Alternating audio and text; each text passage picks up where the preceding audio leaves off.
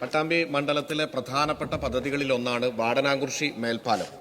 ഈ വാടനാകുറിശി മേൽപ്പാലം RBDCKയുടെ കീഴിൽ തമിഴ്നാട് ബേസ് ചെയ്തിട്ടുള്ളൊരു കമ്പനിയാണ് അത് ഏറ്റെടുത്തിട്ടുള്ളത്. അതിൻ്റെ സമയബന്ധിതമായി അത് പൂർത്തീകരിക്കാതെ വലിയ രീതിയിൽ വളരെ കുറച്ച് പണിക്കാരെ മാത്രം വെച്ചുകൊണ്ട് ഇത് വളരെയേറെ ജനങ്ങൾക്ക് ബുദ്ധിമുട്ടുണ്ടാക്കുന്ന സാഹചര്യമാണ്. ഫില്ല് ചെയ്ത് കയറ്റേണ്ട ഭാഗത്തു കൂടെയാണ് ഇപ്പോൾ വാഹനങ്ങൾ പോകുന്നത്. അത് കാരണം തന്നെ വലിയ ബുദ്ധിമുട്ടാണ്.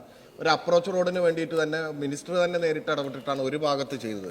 മറ്റു ഭാഗത്തും അപ്രോച്ച് റോഡ് ഉണ്ടാക്കിയിട്ട് വളരെ വേഗത്തിൽ ഇത് പൂർത്തീകരിക്കാൻ പറ്റുന്നതാണ്. എന്നാൽ കരാറുകാരൻ ജനങ്ങളോടുള്ള ഒരു വെല്ലുവിളി എന്നുള്ള നിലക്കാണ് പ്രവർത്തിക്കുന്നത്. യാതൊരു തരത്തിലും കൂടുതൽ പണിക്കാരെ കൊണ്ടുവരുന്നില്ല. RBDCK പറഞ്ഞാൽ കേൾക്കുന്നില്ല.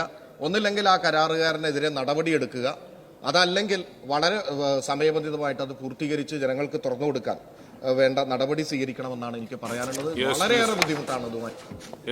സർ, വാടാനംകുറിശി റെയിൽവേ മേൽപ്പാലത്തിന്റെ നിർമ്മാണം പൂർത്തീകരിക്കാൻ സംബന്ധിച്ചാണ് ബഹുമാനപ്പെട്ട ശ്രീ മുഹമ്മദ് മൊഹ്സിൻ MLA യുടെ സബ്മിഷൻ. ലെവൽ ക്രോസ് ഇല്ലാത്ത കേരളം പദ്ധതിയിൽ ഉൾപ്പെടുത്തിയാണ് വാടാനംകുറിശി റെയിൽവേ മേൽപ്പാലം പദ്ധതിക്ക് അനുമതി നൽകിയത്. കിഫ്ബി ഫണ്ട് ഉപയോഗിച്ചാണ് ഈ മേൽപ്പാല നിർമ്മാണം. 16 സ്പാനുകളിലെ മേൽപ്പാലത്തിന്റെ 15 സ്പാനുകളുടെ സ്ലാബ് നിർമ്മാണം പൂർത്തീകരിച്ചിട്ടുണ്ട്. റെയിൽവേ പോർഷനാണ് ഇനി പൂർത്തീകരിക്കാനുള്ളത്. റെയിൽവേ പോർഷന്റെ നിർമ്മാണം അവർ നേരിട്ട് നിർവഹിക്കുകയാണ്. അതിന്റെ നിർമ്മാണം പുരോഗമിച്ചു വരുന്നു. മേൽപ്പാലത്തിന്റെ അപ്രോച്ച് റോഡ് നിർമ്മാണത്തിന്റെ ഭാഗമായി ഒരു വശത്തെ റിട്ടേണിംഗ് വാളിന്റെ നിർമ്മാണം ഏറെക്കുറെ പൂർത്തിയായിട്ടുണ്ട്.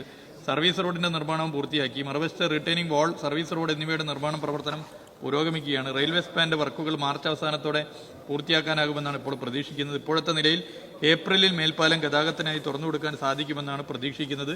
ഈ കരാറുകാരനായി ബന്ധപ്പെട്ട വിഷയത്തിൽ ഇടപെട്ടിട്ടുണ്ട്. ഇനിയും ഇടപെടാമെന്നുള്ളത് സഭയെ അറിയിക്കുകയാണ്.